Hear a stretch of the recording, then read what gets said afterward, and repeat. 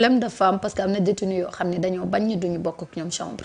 loolu tam beneen problème la parce que bu fekkee ñoom dañuy seetaan information xam nañ ce qui se passe ñu xam ni kii dafa sida ba pare mi ngi ñëw ci biir ñoom tamit dañuy jéem a protéger seen bopp loolu tam beneen problème la il faudra. mais justement xam nga tey même le problème même de l'emprisonnement des hommes. Ça pose problème de. Est-ce qu'on a des prisons adaptées tey boo leen doon emprisonné. foo leen di emprisonné. loolu te mooy question bi. foo leen di emprisonné. Est-ce que aujourd'hui on a des prisons yoo xam ne dañ ko defar uniquement pour cette catégorie là en top. genre. Est-ce qu'on a des prisons genre comme ni ko gars yi di waxee. genre amul si. amu ko de amul de. amuñu ko. fii soit nga nekk góor wala nga nekk jigéen. waaw ba pare nag mu nekk ñoo xam ne daf ci am ñoo xam ne dañu séropositif. Top Demba a bien souligné la question du sida en milieu carcéral. xam nga milieu carcéral au-delà de homosexualité ak yooyu il est très souvent rare journée bi jeex te ñaar laalante wuñu ci biir nekk bi ndax mën na nit bëgg a jël benn affaire jéggi benn nit mu ne ko pourquoi nga jéggi facilement xol yi foofu day gaaw a jóg ngeen xeexante dóorante directif taf kenn mar day taali mën nga see jëlee feebar bi donc ça c'est des questions yu ñu war a poser et tey ni ñu leen répartir ci kaso yi ñun ñëpp xam nañ ne ñoom ñëpp ñu ngi rëbës. wallaay. ñu ne la Pape Cheikh mu ngi chambre 42. 42 la ne. waaw. Jibi 21. 21. ñeneen ña amuñu ci ñoom information parce que ñoom seen tur rëyul. waa dëgg la de dëkk bi de moom tur. waaye bul fàtte ne ñooñu. ñoom i tamit dafa am ñu zéro positif. dëgg la de. am na ñu nga xamante ni amaana amuñu benn statut social bi donc dañu dugg ci yenn chambre yi mais mën nañoo dugg ci chambre bu nga xamante ni ça va faire 80 personnes. wala plus. une personne zéro positif parmi 80 personnes. ay virus bi. baa ju mujjee contaminé 80 personnes yëpp. non wóorul de wóorul. te 80 personnes yooyu kenn mën na ko faa chippé teng 2 jours 3 jours après génn moom it dugg ci biir société bi. c'est ça waaw mën nga bu sa peine. rek libéré. ñu libéré la. léegi nan ngay def ak askan wi. yow moom xam nga kenn du xam réseau bi enquête bi lu mu yaatu yaatu mënuñu laa yow retrouver parce que yow kañ la yónnee biir prison moom moo la jox mbir bi nga génnaale ak moom ci société bi yaa ngi lawal mbir yi donc c'est des cas yu nga xamante ni qui méritent quand même beaucoup de réflexion. te ñoom i neen nga boole leen chambre tamit. problème la. boobu mënul ne c'est pas possible.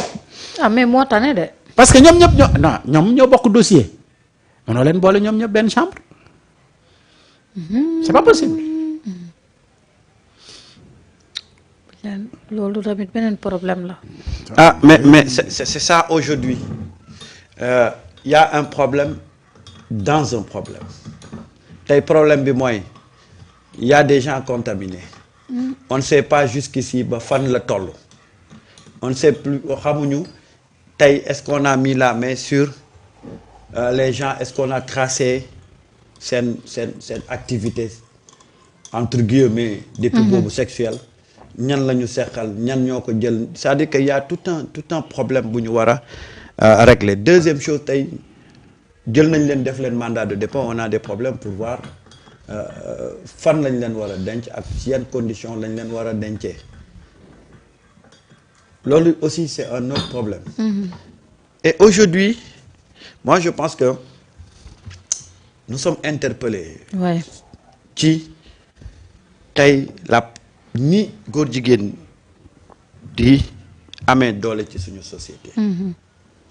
Malheureusement tout le temps on essaye de créer am na yeneen événement yoo xam dañuy ñëw ba finalement dañuy fàtte. waxoon naa leen ko démb tey y a des gens qui veulent coûte que coûte qu'on ne parle plus de cette question-là. Ouais. Il y a un faisceau d'indices boo xam ne tey ñu ngi koy teg sur la place publique pour qu'on ne parle plus de cette question-là. mais cette question-là dañ koy wax parce que c'est une question aujourd'hui qui touche la santé publique. Sénégal nag na nga xool depuis que mu am ay problème mu góor jigéen tout le temps on essaye de faire de telle sorte que débat bi dañ koy teel a étouffer. Qui protège qui et qui est derrière cette histoire-là? C'est des questions qu'il faut se poser parce que on veut coûte que coûte aujourd'hui nous imposer à mettre de côté ce sujet-là. Et ce sujet-là, on ne peut pas le mettre de côté parce que aujourd'hui c'est un sujet boo xam ne mais ça interpelle la population. waaye na nga xool waxoon naa leen ko démb ne leen ils vont tout faire pour vouloir évacuer ce sujet-là. et ce sujet-là on dirait que dafa am ñu ciy protéger parce que nag bul fàtte ni réseau bu yaatu la de. mais c'est vague fi mu nar a yegg c'est vague. dafa ni moom la ñuy daw de. c'est vague et ma ne la ñi ci impliqué. Ah. xëy na Djiby Dramé ak Pape Cheikh Diallo la ñuy wax ni mais si on continue à mettre la liste sur la place publique. loxo dana dar gémmiñ. Maintenant nag ces gens-là feront tout pour que ce sujet-là soit banalisé et ñu teg ko à côté nekk ci leneen parce que nag gis nga affaire bi ni ko gars yi bëgg a jàppee nii bu ko tourner autour de la personne de ci Pape Cheikh Diallo et de Djiby Dramé. Non, il y a autre chose beaucoup boo xam ne buñ ca yeggee danañ fàtte Pape Cheikh danañ fàtte Djiby Dramé. waaye nag tey y a une campagne pour essayer de mettre de côté li nga xam ne moom mooy sujet bi. pour nekk ñu ci leneen parce que on a annoncé d'autres gros noms. et c'est effectivement ça. gros noms yooyu bëgguñu mu feeñ. déedéet te nag que les gens bu ñu ko foog ne c'est des jeunes comme ni ñu ko énuméré un électricien un mécanicien. après un animateur après un artiste non. C'est des lobbies puissants. Des personnalités puissantes. Très puissantes. Qui sont tout autour de ça. Nan la ñuy def ba étouffer ce sujet-là aujourd'hui c'est ça mooy seen pexe. ma ne tam gis nga mbirum góor jigéen tey ci àdduna bi ay borom doole rek ñoo ko yor ay borom doole ñoo ci activé wu. moo tax Samba. waaw le procureur a bien fait mu dugal ci. mu traquer financement yi. parce que borom doole yi financé xaalis boobu ñoom ñi nga xam ne ñoo am bëgg-bëgg boobu même ñoo ci attiré ñeneen ñi te ñooñu am nañ doole gu nga xamante ni mais si lu ñu bëgg mu fay. lu ñu bëgg mu jeex. te loolu tant que procureur bi dugul loxoom ci loolu mën a arrêter financement yooyu noonu xam yan ponkal ñoo nekk ci ginnaaw pour que. waay fléau boobu ñu arrêté ko mais mbir mi du mos a jeex. déedéet. mbir la moo xam ne mu doy waar te pourtant parmi ñu jàpp nan nañ ne à part Pape Cheikh ak Djiby Dramé am na borom beneen tur bu nga xamante ni ba léegi gars yi ñemewuñ ko wax parce que turam ni mu toll la tax. waaw te it am mais ci suuf également yaa ngi dégg ñeneen ak ñeneen ñu nga xamante ni ñu ngi leen koy tudd mais parfois ñu tudd la ci kenn nga tëb. waaw am na ñaar ñu jàpp tey. waaw démb rek. démb am na ñu jàpp tribunal ba àtte leen. mooy ñu tëj 5 ans démb rek. am na ñu jàppaat.